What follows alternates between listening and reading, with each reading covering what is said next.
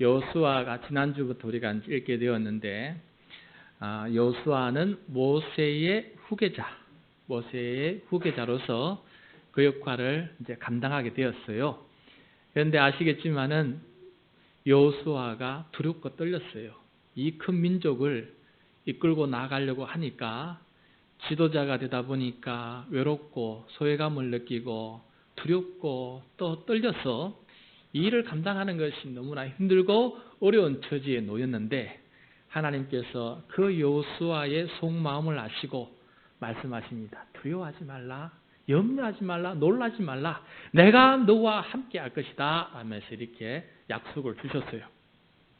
그래서 이제 약속의 땅을 건너가서 요단강을 마른 땅으로 건너가요. 물이 뚝 끊깁니다. 요단강에 물이 가득 찼는데 그 요단강에 제사장의 발이 닿는 순간에 요단강에 물이 뚝 끊기고 그 마른 땅을 이 백성들이 지나가게 돼요. 첫 번째 성 여리고성을 맞이하게 됩니다. 하나님께서 말씀하십니다. 매일 한 바퀴씩 그냥 성만 돌아라. 아무 말 하지 말고 침묵으로 돌아라. 그리고 7째 날에는 7번 돌아라. 그래서 그들의 말씀대로 침묵으로 한 바퀴 돌고 2바퀴 돌고 7잔이 나는 한꺼번에 7바퀴 돌고 난 다음에 나팔을 불 때 온 백성이 함성을 저질렀습니다.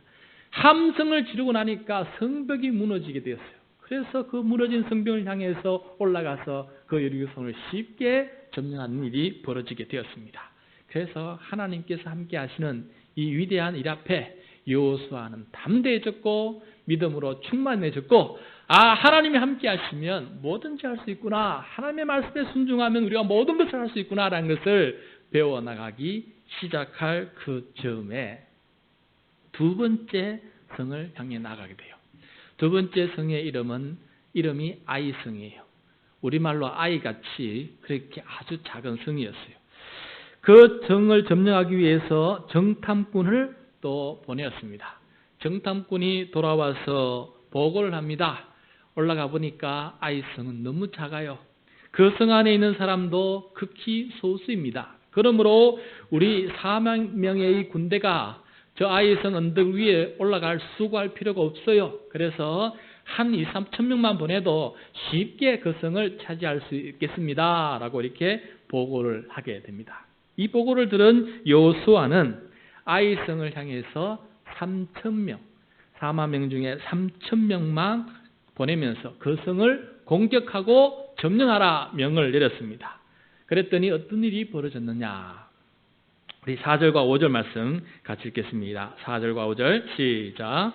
백성 중 3천 명쯤 그리로 올라갔다가 아이 사람 앞에서 도망하니 아이 사람이 그들을 36명쯤 쳐 죽이고 성문 앞에서부터 스바림까지 쫓아가 내려가는 비탈에서 쳤으므로 백성의 마음이 녹아 물같이 된지라. 아멘. 사기가 하늘을 찌는 듯한 그런 3천 명의 군인들이 이 아이성을 치러 올라갔지만은 어처구니 없게도 사기가 땅에 완전히 떨어지고 말았습니다. 완전히 패배를 하고 말았습니다. 얼마 되지 않는 이 아이성 사람들에게 그렇게 담대하였던 3천 명의 군사들은 파죽지세로 도망치는 신세가 되었고 36명이나 죽임을 당하기까지 하는 일을 경험하게 된 것이죠. 너무나 작은 성에 대패를 하자 백성들의 마음은 순식간에 두려움과 놀라움에 빠지고 맙니다. 5절 끝에 보면은 백성의 마음이 녹아서 물같이 되었다라고 말씀하고 있어요. 마음이 녹아 물같이 되었다라는 말은 마음이 두려움에 빠져버렸고 간담이 서늘해져 버렸다는 뜻입니다. 사기를 잃어버리고 싸울 그런 의욕도 상실한 그런 상태를 말하는 것입니다.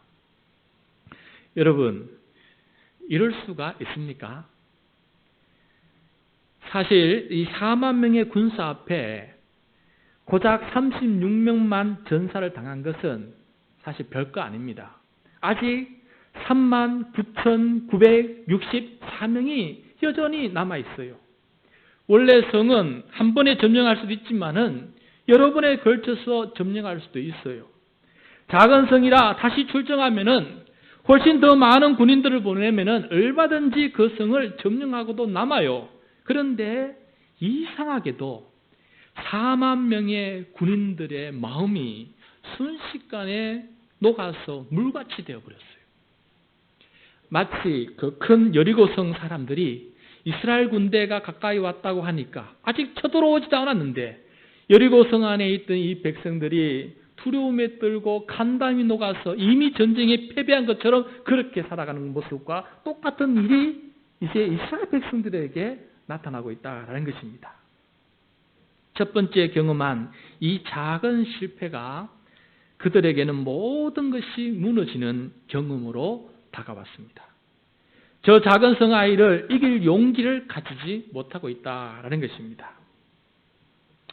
그래서 여호수아와 군대 지휘관들은 이 군인들의 마음이 녹아 물같이 된 것을 보고서 그들도 망연자실하면서 하나님 앞에 엎드려서 탄식을 하고 있는 것을 보게 돼요. 여호수아와 장로들은 여호와의 궤 앞에서 모여서 땅에 엎드립니다. 그리고 머리에는 먼지 티끌을 뒤집었습니다. 왜냐하면 큰 혼란이나 상실을 경험할 때, 전쟁에서 졌을 때 당시 사람들은 슬픔을 애도하기 위해서 그렇게 행동을 했습니다.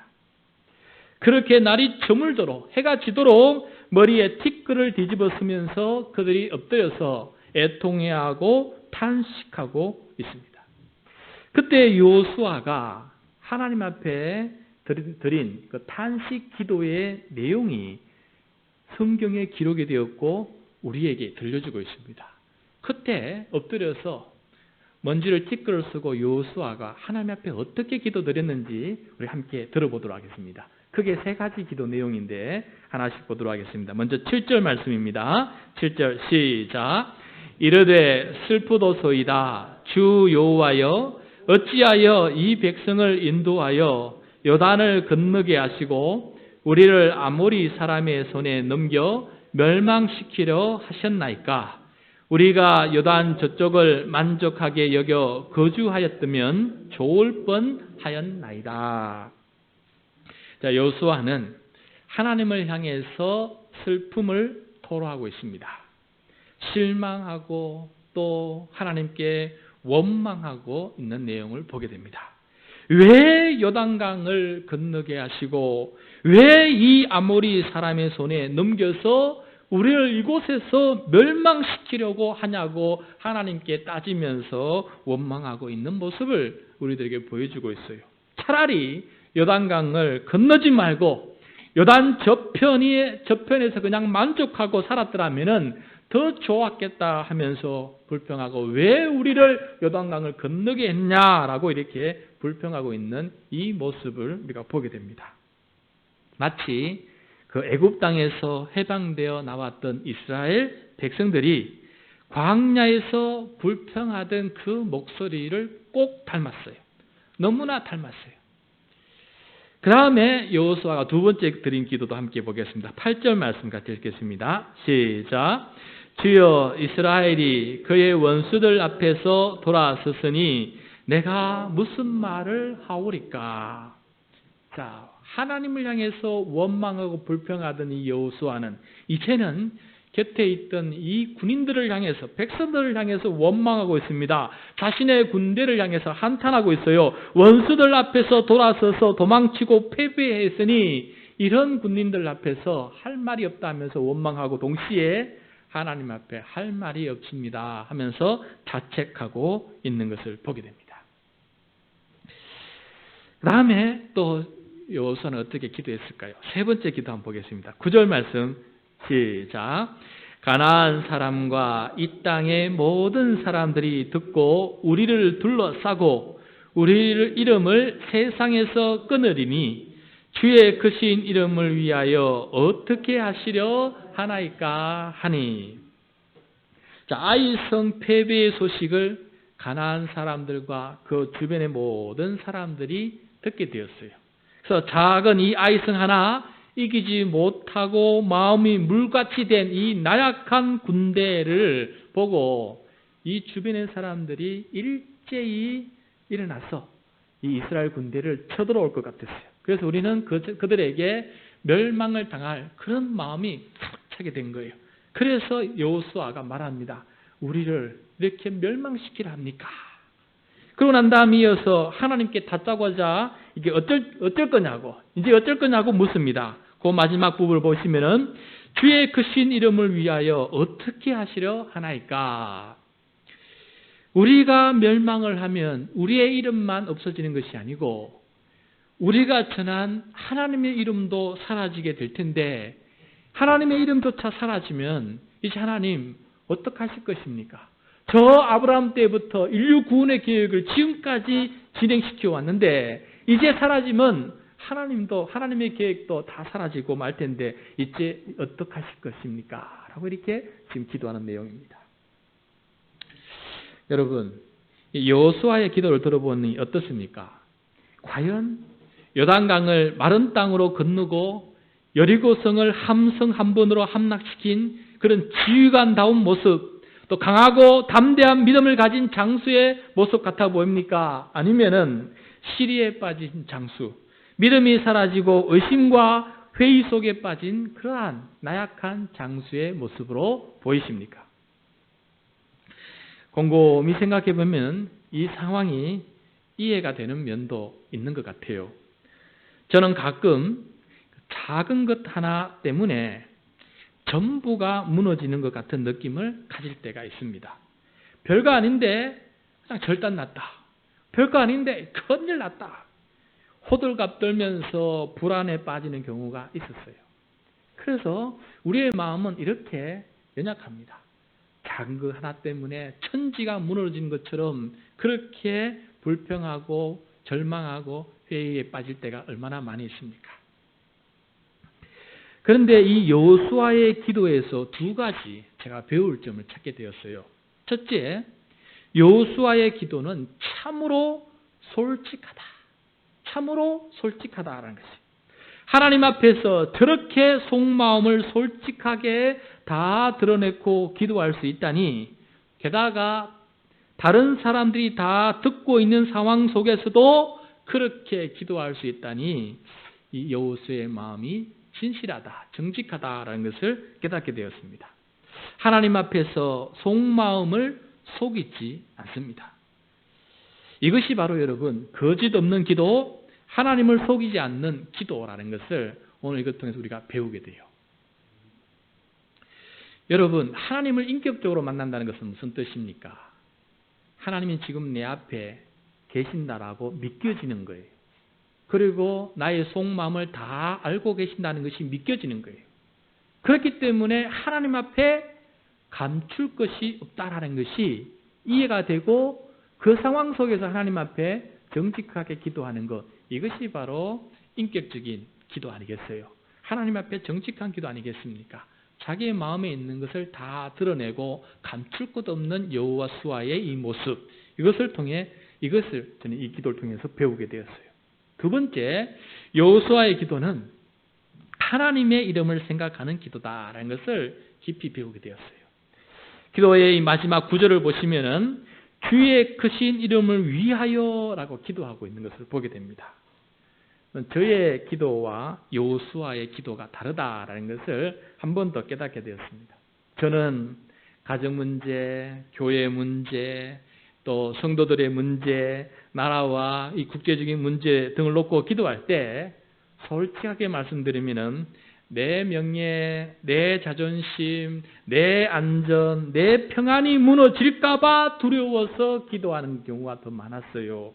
그러니까 내 이름을 위해서 기도하는 것이 솔직히 더 많았지, 주님의 이름, 주님의 명성을 생각하면서 그렇게 애달프게 기도해 본 적이 별로 없었다라는 것을 오늘 이 기도를 통해서 깨닫게 된 것이에요. 그래서 저의 기도는 참 이기적이다.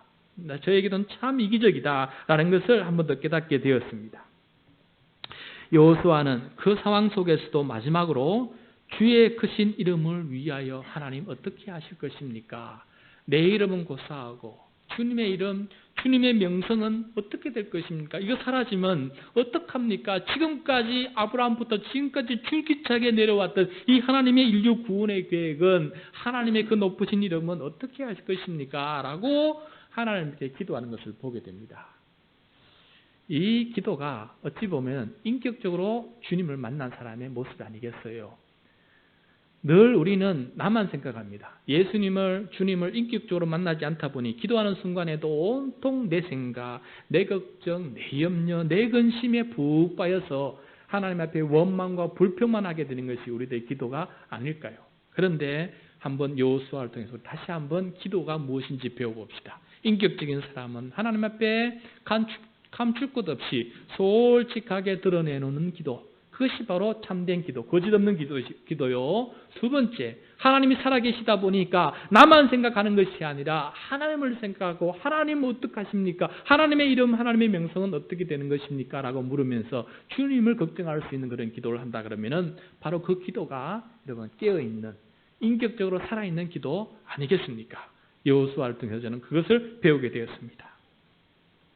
이렇게 기도를 드리자 하나님께서 여호수아에게 말씀을 하시는데 먼저 하나님은 여호수아를 책망하십니다. 그 내용이 무엇이냐면 일어나라! 어찌해서 이렇게 엎드려 있느냐라고 하나님께서 여호수아를 호되게 책망하십니다. 이렇게 엎드려서 기도하는 이 모습은 바람직하지 못하다. 일어나라! 내가 살아있으니 일어나라 하면서 엎드린 여호수아를 일으킵니다. 그래서 여호수아가 일어나서 하나님의 음성을 계속해서 듣게 되는데 이 여호수아에게 아이성 전투가 그렇게 패배하고 백성들의 마음이 한순간에 그렇게 무능하게 자빠진 이유가 무엇인지를 그 진짜 이유를 그때서야 하나님께서 여호수아에게 가르쳐 주시는 내용입니다. 11절 12절 말씀 우리 같이 읽겠습니다. 시작. 이스라엘이 범죄하여 내가 그들에게 명령한 나의 언약을 어겼으며 또한 그들이 온전히 바친 물건을 가져가고 도둑질하며 속이고 그것을 그들의 물건들 가운데 두었느니라. 그러므로 이스라엘 자손들이 그들의 원수 앞에 능히 맞서지 못하고 그 앞에서 돌아섰나니 이는 그들도 온전히 바친 것이 됨이라. 그 온전히 바친 물건을 너희 중에서 멸하지 아니하면 내가 다시는 너희와 함께 있지 아니하리라. 아멘. 자, 실패의 원인은 아주 뜻밖의 다른 데 있었습니다. 정탐의 실패도 아니었고 전략의 실패도 아니었고 군인의 수가 적어서 그런 것도 아니었습니다. 아이성 전투에 패배한 진짜 이유는 이스라엘의 범죄, 이스라엘이 범죄했기 때문에 그렇다라는 것을 말씀해 주고 있습니다. 어떤 범죄입니까? 하나님께서 명령하신 언약을 어겼다라는 것이에요. 즉 여리고성을 점령할 때 하나님께서는 사람과 가축과 모든 살아있는 것은 다 진멸하고 그 있는 모든 물건, 특별히 은과 금과 철과 동은 여호와의 곳간에 다 모아두라고. 그리고 모든 살아있는 것들과 모든 것들을 자기 소유로 삼지 말고 이건 모든 것이 다 하나님께 바쳐진 것이기 때문에 하나님의 말씀에 따라서 진멸하거나 여호와의 곳간에 두어야 되는 것이 이 하나님의 말씀을 따르는 올바른 모습이에요. 그런데 하나님께 그런 모습으로 살지 못하고 전쟁에 임하지 못하고 이스라엘 백성들이 거기에 있는 좋은 것들을 자기 소유로 삼아서 자기 재물로 삼아서 몰래 숨겨두는 일이 발생하게 되었다라는 것이에요. 그래서 하나님께서는 그 사람을 가리켜서 훔친 자다. 하나님의 것인데 자기 것으로 삼았으니 훔친 자고 그 사람은 도둑자다. 내 것을 훔쳐갔으니까 그들은 도둑질한 것이고 그리고 하나님 앞에 거짓을 말하는 속이는 자다. 가져갔음에도 불구하고 가져가지 않았다고 말하는 거짓말쟁이다라고 하나님께서 말씀하고 있습니다.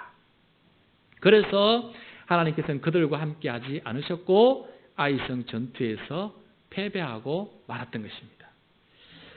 누가 이런 범죄를 하였다는 것일까? 누가 도대체 이런 일을 했습니까? 오늘 말씀 1절에 보면은 이런 범죄를 한 사람이 드러났는데 그 사람의 이름이 무엇입니까?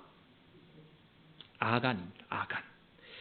아간이 자신의 범죄가 하나님 앞에서 발각이 되자 자기 입으로 자기의 죄를 사람들 앞에서 고백하는 내용이 나와요.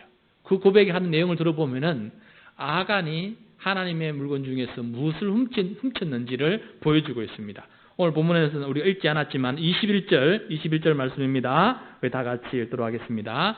시작. 내가 노력한 물건 중에 시날산의 아름다운 외투 한 벌과 은 200세겔과 그 무게가 50세겔 되는 금덩이 하나를 보고 탐내어 가졌나이다.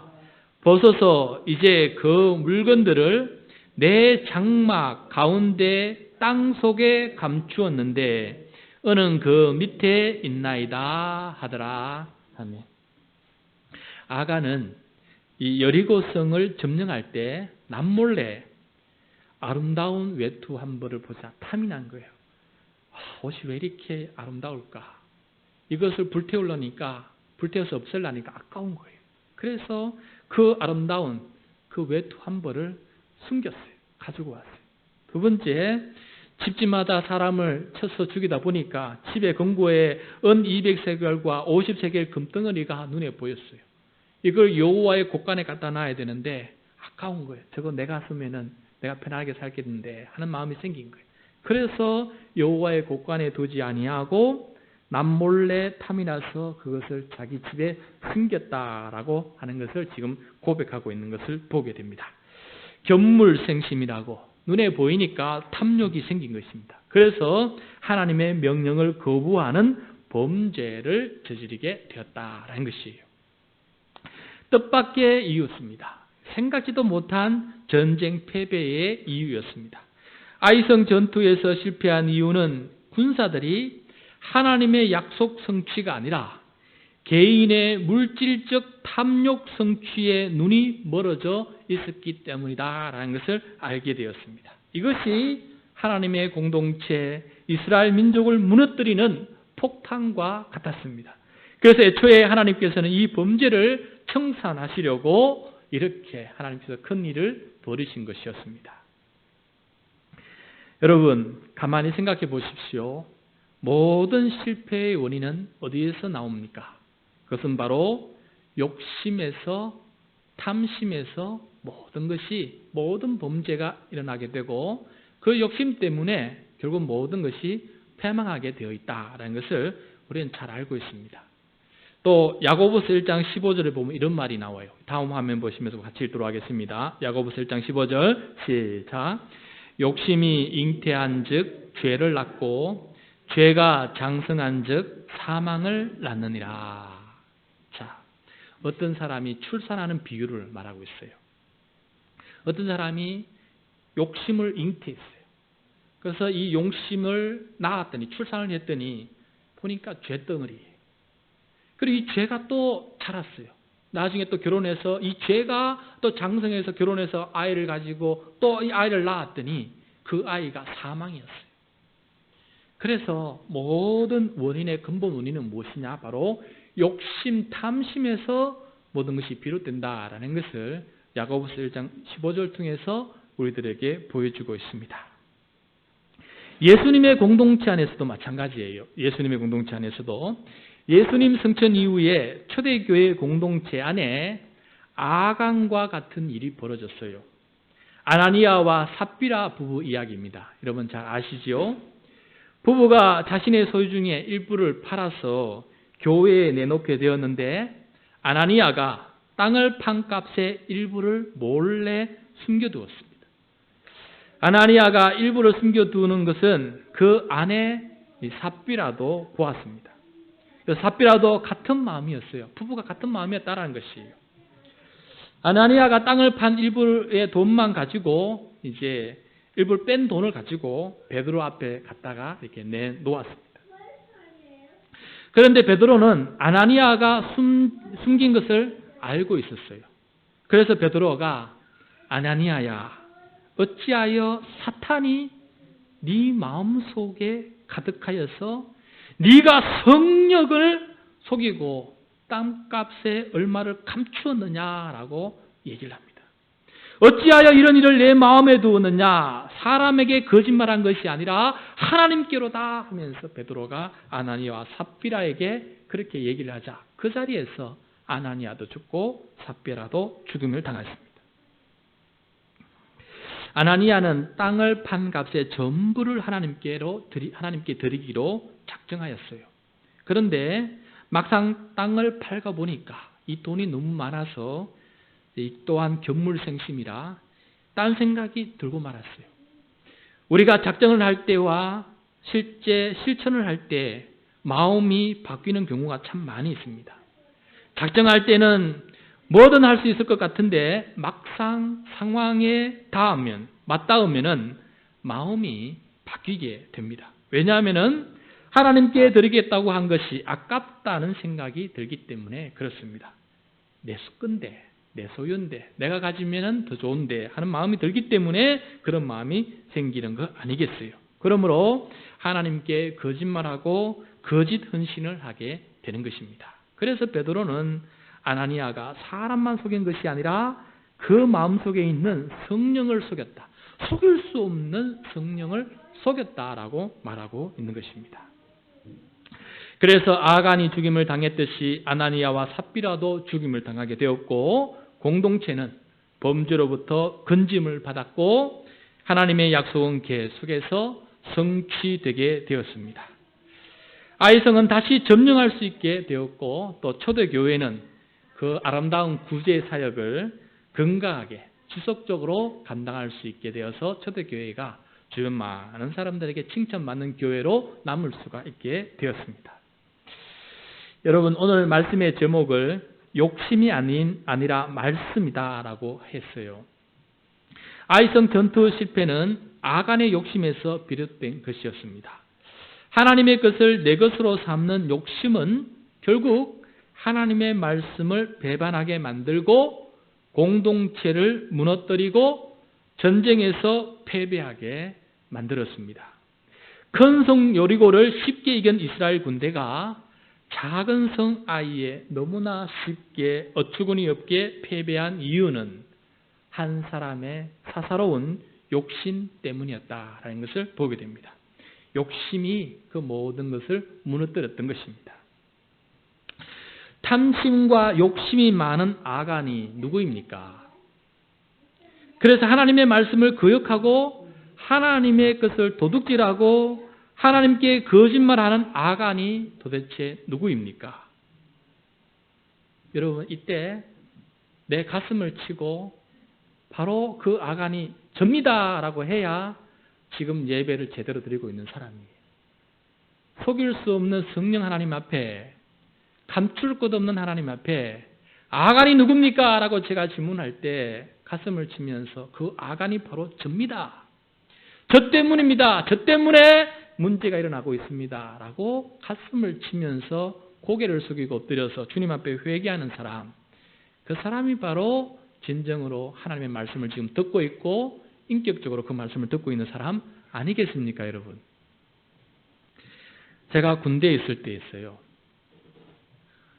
늘 11조를 드리다가 그때는 저도 믿음이 많이 떨어진 그런 상황이었어요. 그래서 한 10개월 정도 11조를 드리지 않고 있었어요. 저는 군대에서 장교였기 때문에 수입이 있었습니다. 그래서 그 11조를 가지고 뭘 했냐? 노트북을 한 대 구입했어요. 그때 당시 200 몇십만 원짜리 노트북을 구입했어요. 그래서 그 노트북으로 군대에서 정말 노트북을 가진 군인이 몇 명 안 되었어요. 그걸 가지고 여러 가지 작성도 하고 또 게임도 하고 재미있게 그걸 가지고 놀았어요. 그런데 얼마 되지 않아서 그 노트북을 도난당했습니다. 장교 BOQ 숙소에 두었는데 어느 날 갔다 와 보니까 노트북이 사라졌어요. 아무리 수소문해도 헌병대에 신고를 해도 찾을 수가 없어요.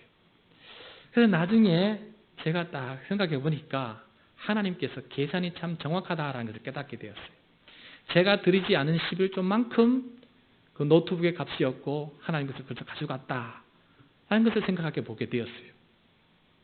물론 이것을 가지고 각자 다른 생각을 가질 수 있어요. 그러나 저는 하나님 앞에 그렇게 생각했어요. 야, 하나님 앞에 나로 하여금 11조를 도둑질하면 어떻게 되는지를 제대로 하나님께서 교육시키시려고 나에게 이렇게 하셨구나라는 것을 제가 그때 개인적으로 그렇게 뉘우치게 되었어요. 그래서 그 다음부터 11조를 떼먹지 않게 되었습니다. 우리 자신이 아가님을 깨닫고 진심으로 회개할 때 우리는 예수님을 따르는 제자의 첫 출발을 디딜 수가 있어요.